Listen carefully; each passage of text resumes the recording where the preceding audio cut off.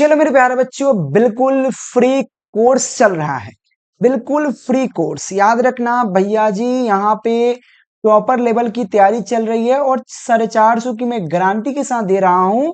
और बिल्कुल आप कर सकते हो, बिल्कुल फ्री ऑफ कॉस्ट।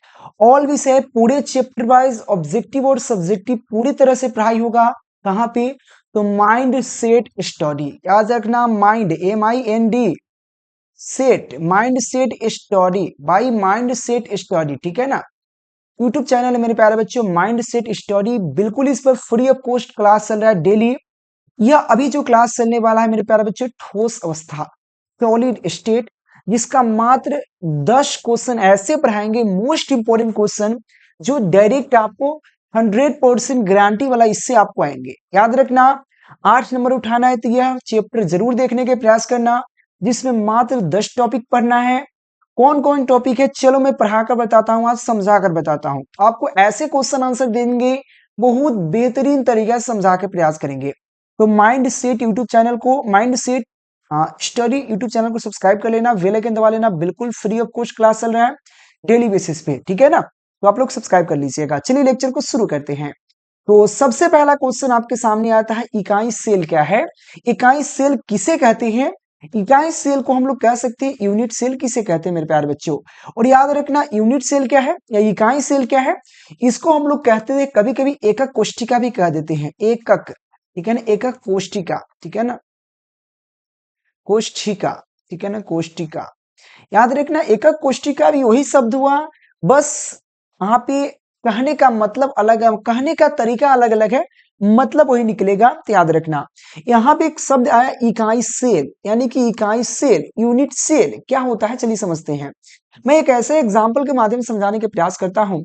जैसे भी कोई चीज बना है, जैसे दीवार ही की बात करें, दीवार दीवार बनता है तो उसमें आप देखोगे बहुत सारा ईंट का प्रयोग किया जाता है, बहुत प्रयोग किया जाता है। एक दीवार का तैयार होता है, दीवार तैयार होता है, आपको पता होगा। तो यह दीवार एक प्रकार का क्रिस्टल का कार्य करता है, ठोस का कार्य करता है। इसमें छोटी छोटी ईंट का प्रयोग किया गया, तो वह ईंट जो हुआ, ईंट जो है, यह ईंट बेसिकली क्या हो जाएगा, यह ईंट हमारा क्या कहलाएगा, एकक कोष्ठिका इकाई सेल कहलाएगा।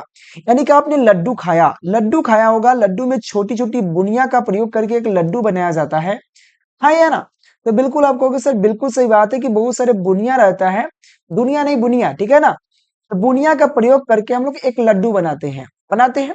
तो यह लड्डू का निर्माण एक ठोस हुआ, लड्डू क्या है, ठोस है।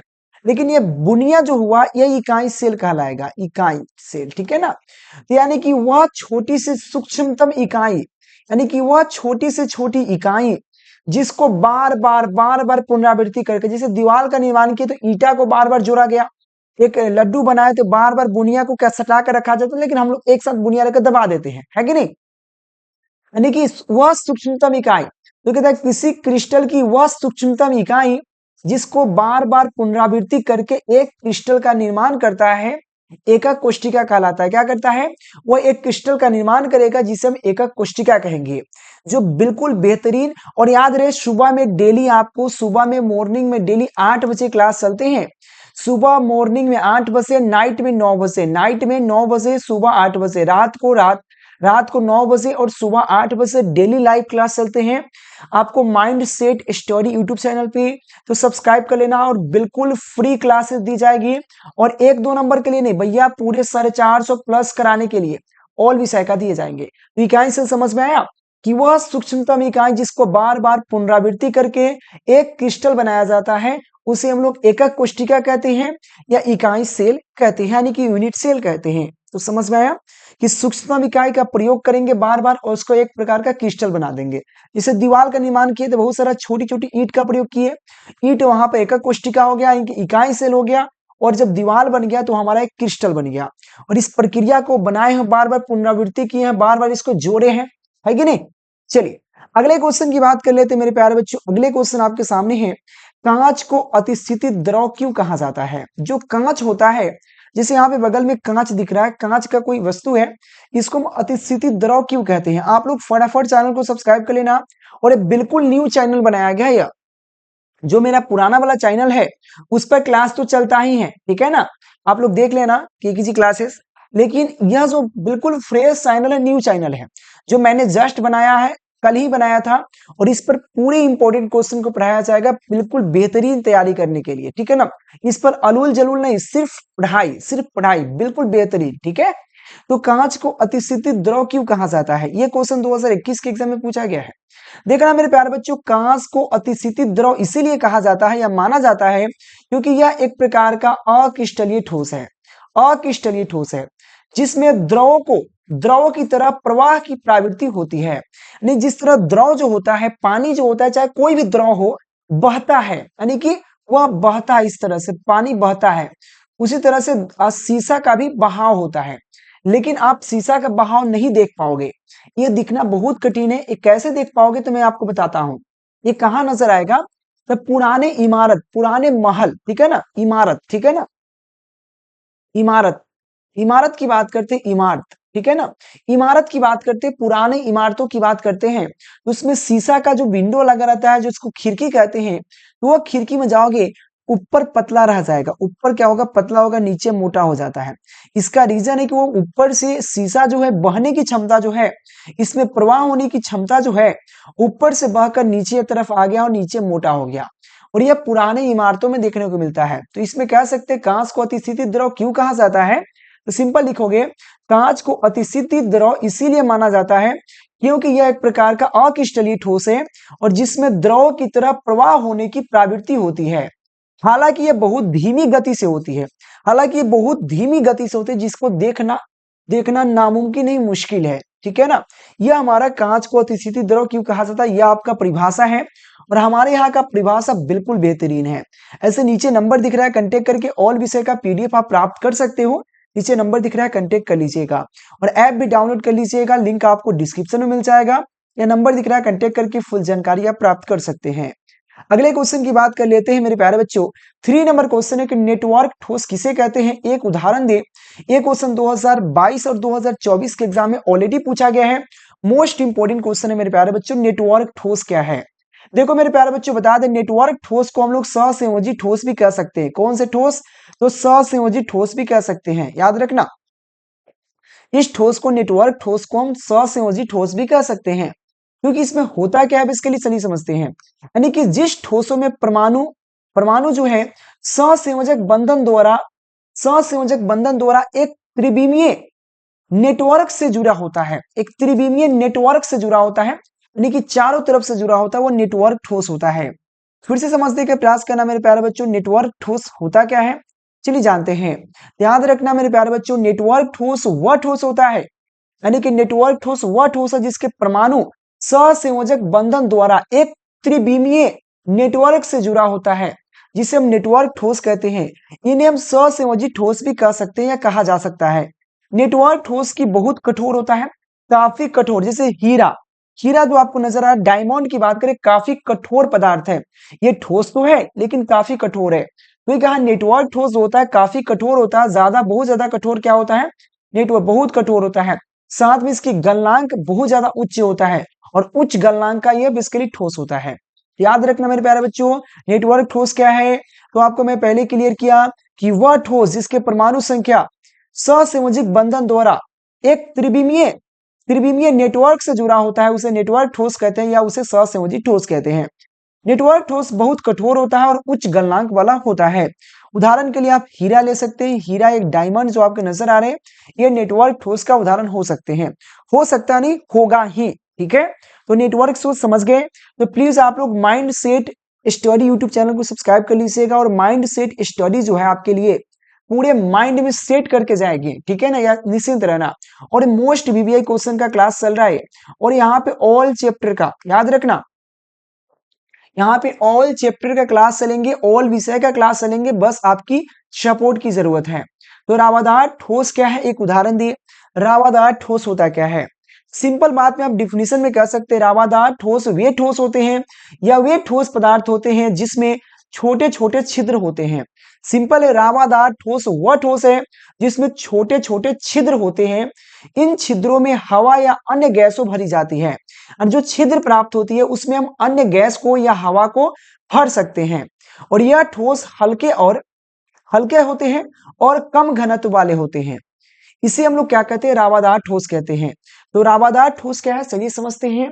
तो रावादार ठोस वह ठोस होते हैं या वे ठोस पदार्थ हैं जिसमें छोटे छोटे छिद्र होते हैं, छिद्र को हम होल्स कहते हैं, ठीक है ना, होल्स कहते हैं, छिद्र होते हैं, और इस छिद्रों में हवा या अन्य गैसों की भरी जाती है, और यह हल्के एवं कम घनत्व वाले ठोस होते हैं।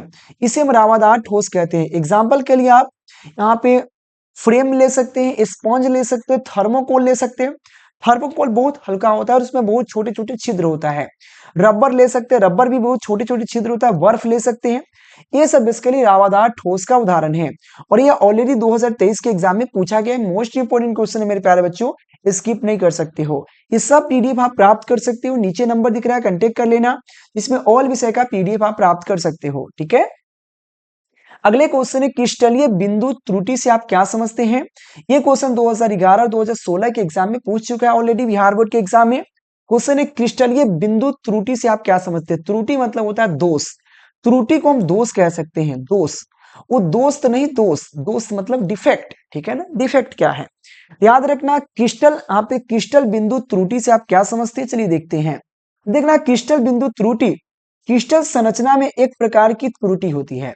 सिंपल जो कहा गया, जो बिंदु दोष जो होता है, बिंदु दोष क्रिस्टल संरचना में, यानी क्रिस्टल संरचना में एक प्रकार का दोष होता है, यानी कि त्रुटि होता है, जिसमें एक या एक से अधिक परमाणु अपने अपने सही स्थान से हट जाते हैं, और यह त्रुटि क्रिस्टल में भौतिक और रासायनिक गुणों के प्रभाव से होती है। देखो मेरे प्यारे बच्चों, क्रिस्टल बिंदु त्रुटि क्या है। क्रिस्टल बिंदु त्रुटि जो होता है, वह संरचना में एक प्रकार की त्रुटि है। जो अगर किसी प्रकार की संरचना बना रहे, सपोज मूर्ति बना रहे या कोई भी संरचना बना रहे, तो उसमें क्या होगा, एक या एक से अधिक परमाणु अपने जगह से क्या हो जाएगा, हट जाएगा। सपोज डेट आप कोई चीज क्रिस्टल बना रहे हो, कोई वस्तु बना रहे हो, अब हो सकता है कि उसमें बहुत सारा चीज का प्रयोग किए हुआ, तो उसमें एक या एक से अधिक परमाणु क्या होगा, वहां से खसक जाएगा या हट जाएगा, और यह त्रुटि क्रिस्टल की भौतिक और रासायनिक गुणों के अभाव की वजह से क्या होता है मेरे प्यारे बच्चों, अभाव की वजह से होता है।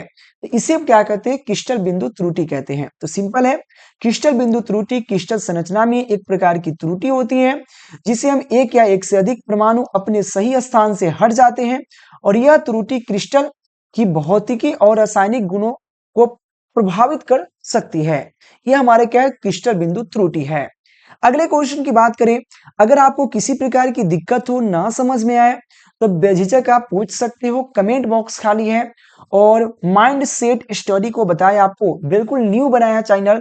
पहले वाले चैनल पर लगभग 3 लाख सब्सक्राइबर है, उसको 3 लाख स्टूडेंट पढ़ते हैं। ऐप भी है, ऐप डाउनलोड कर लेना, सबका लिंक आपको डिस्क्रिप्शन में मिल जाएंगे, ठीक है ना। या आप ऐप मैसेज करोगे व्हाट्सएप पे तो आपको ऑटोमेटिक लिंक मिल जाएंगे या पूरे इन्फॉर्मेशन मिल जाएंगे। तो नंबर दिख रहा है, कांटेक्ट जरूर कीजिएगा। क्वेश्चन है कि सटकी दोष एवं फ्रेंकल दोष या सटकी त्रुटि एवं फ्रेंकल त्रुटि के बीच अंतर स्पष्ट करें। त्रुटि को हम दोष कहते हैं, याद रखना, दोष या त्रुटि बात वही होता है। तो सटकी त्रुटि एवं फ्रेंकल त्रुटि में अंतर क्या हो सकता है। सबसे भारी अंतर है कि सटकी त्रुटि में क्या होता है, अवयवी कण अपने जालक बिंदुओं को छोड़कर बाहर निकल जाते हैं। याद रखना, षटकी त्रुटि में अपने अवयवी कण जो होता है, अपने जालक बिंदुओं को क्या होता है, छोड़कर वो बाहर निकल जाते हैं, सिंपल बेस में। लेकिन फ्रेंकल दोष में क्या होता है, जो अवयवी कण होता है वह जालक बिंदुओं को छोड़ता तो सही है, लेकिन वह अंतरकाशीय स्थानों में चला जाता है। तो सबसे पहला पॉइंट क्या लिखोगे कि सटकी दोष में जो अवयवी कण अपने जालक बिंदुओं को छोड़कर बाहर निकल जाते हैं, और फ्रेंकल दोष क्या है, अवयवी कण अपने जालक बिंदुओं को छोड़कर अंतरकाशीय स्थान में चला जाता है, ठीक है। सटकी दोष की उपसंयोजक संख्या निम्न होती है, जबकि फ्रेंकल दोष की उपसंयोजक संख्या उच्च होती है। आगे चलिए बात करें तो सटकी दोष के घनत्व में कमी आता है।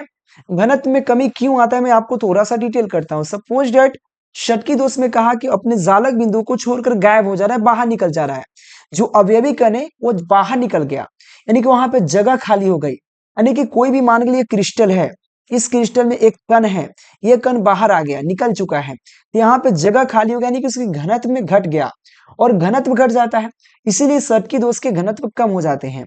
लेकिन फ्रेंकल दोष में क्या कहता है, इसका घनत्व में परिवर्तन नहीं होता। इसका रीजन मैं आपको समझा देता हूं। सपोज डेट इस प्रकार के क्रिस्टल बनाए गए हैं, इस पर बहुत सारा कण है, एक जगह का यहाँ का कण उठकर यहाँ पे आ गया अंतरकाशीय स्थान में, तो कहा इसमें अवयवी कण अपने जालक बिंदुओं को छोड़कर अंतरकाशीय स्थान में चला जाता है। सिंपल अंतरकाशीय स्थान में चला गया, यानी कि उसी क्रिस्टल के अंतरकाशीय स्थान में है, यानी कि एक कोना में है, जिसके घनत्व में परिवर्तन नहीं होगा, क्योंकि बिंदु तो निकला, अवयवी कण तो निकला है, लेकिन उसी में रह गया है, ठीक है ना, उसी में रह गया, इसलिए इसके घनत्व में कोई परिवर्तन नहीं होता है। तो समझ में आया, बहुत ईजी है। अगले क्वेश्चन की बात करें, और मेरे प्यारे बच्चों इस चैनल को सब्सक्राइब करना आपकी सपोर्ट दिखाने की आवश्यकता है। और देखो ऐसा मत सोचना कि चैनल पर सब्सक्राइबर कम है तो भाई हमारा एक्सपीरियंस नहीं है। भाई मैं न्यू चैनल क्रिएट किया हूँ, ये बिल्कुल नया चैनल क्रिएट हुआ है 1-2 दिन पहले, भाई समझ रहे हो। और इससे पहले जो हमारा यूट्यूब चैनल जो अभी है केकेजी क्लासेस, अब चेक कर लेना, उस पर 3 लाख प्लस सब्सक्राइबर है, ठीक है। तो षटकी दोष किसे कहते हैं, उदाहरण देकर व्याख्या करें।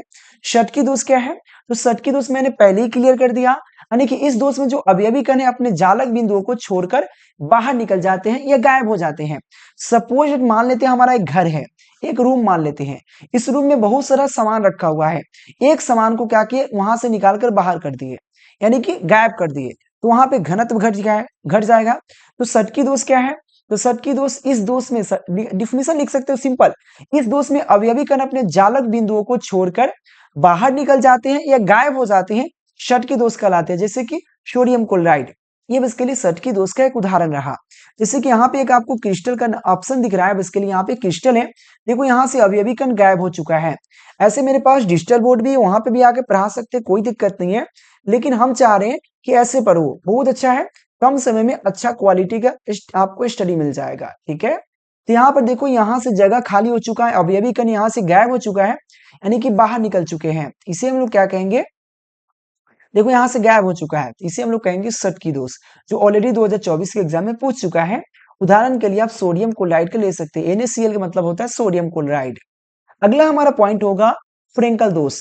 देखो फ्रेंकल दोष भी बताए थे, इसमें अवयवी कण अपने जालक बिंदुओं को छोड़ दिया है और अंतरकाशीय स्थान में चला जाता है।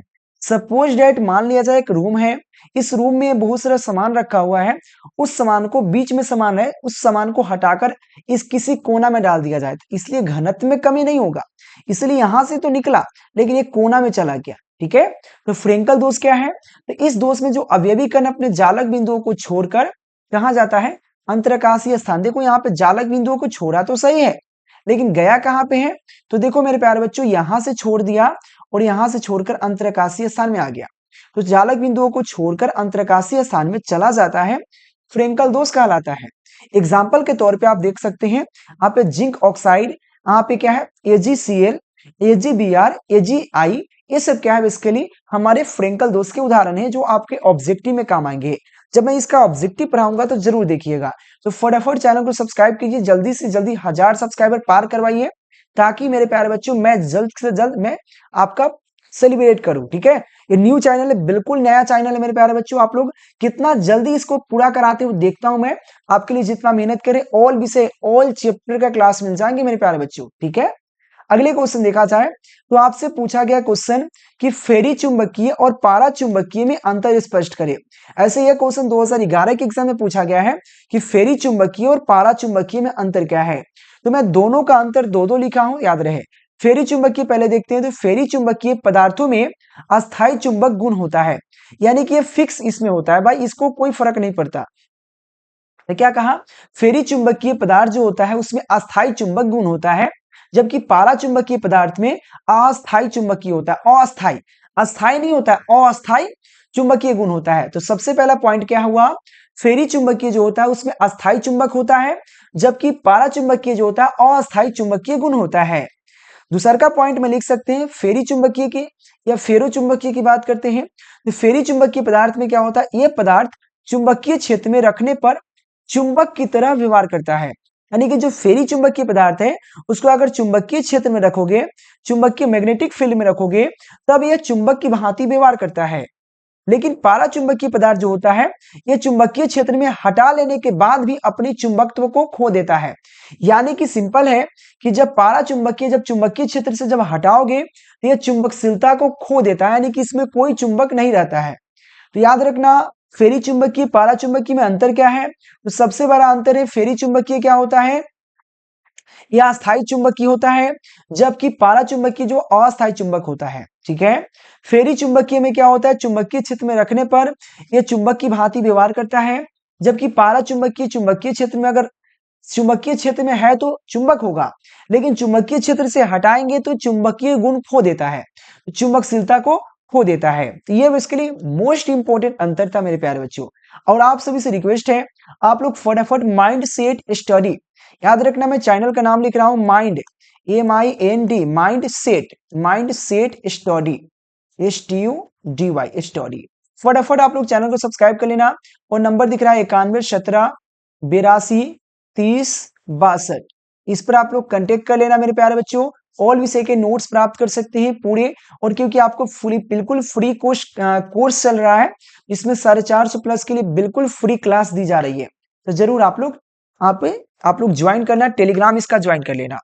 हमारा क्वेश्चन, अगला क्वेश्चन है 10 नंबर क्वेश्चन है, CSCl के बनावट की संक्षिप्त विवरण दे। यह क्वेश्चन 2015 के एग्जाम में पूछा गया है। तो सबसे पहले CSCl की संरचना को बॉडी सेंटर क्यूबिक यूनिट से यानी कि BCC की भी कहते हैं। याद रखना CSCl को हम BCC कह सकते हैं। BCC यानी कि अंतः केंद्रीय एकक कोशिका या अंतः केंद्रीय इकाई सेल, इसका नाम होता है, या इसको इंग्लिश में कह सकते हैं body centre cubic unit cell. याद रखना यहाँ पे BSCl को संरचना को body centre cubic unit cell कहते हैं। आप उसका सेकेंड पॉइंट में BSCl में आयनिक त्रिज्या का अनुपात लगभग 0.93 होता है। आपको CSCl की संरचना CS प्लस और Cl माइनस आयनों को BCC विन्यास के अभिव्यक्त किया जाता है, तो BCC विन्यास में अभिव्यक्त किया जाता है।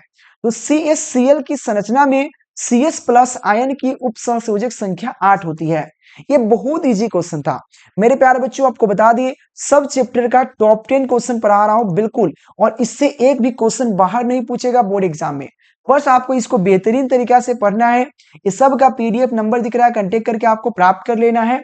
और mind set study YouTube channel को सब्सक्राइब कर लेना है, डेली क्लास दी जा रही है, और डेली सुबह में 8 बजे, याद रखना सुबह 8 बजे, नाइट में 9 बजे क्लास टाइम फिक्स है, याद रखना। और मेरा दूसरा जो चैनल जो है, जो पहले से है ऑलरेडी KKG क्लासेस, उस पर आपको सुबह 9 बजे और शाम को 7 बजे क्लास चलता है, तो जरूर आने के प्रयास कीजिएगा, आप सभी से रिक्वेस्ट है। और क्लास 10th वाले और क्लास आर्ट्स वाले के लिए भी शिक्षा सेतु यूट्यूब चैनल है, जिस पर आपको 10th और आर्ट्स के डेली क्लास चलता है। 10th वाला का शाम को 4 बजे और आर्ट्स वाला का शाम को 6 बजे क्लास चलता है, तो आप लोग स्किप मत कीजिएगा, डेली क्लास कीजिएगा। थैंक यू मेरे प्यारे बच्चों, जय Hind, take care, bye bye.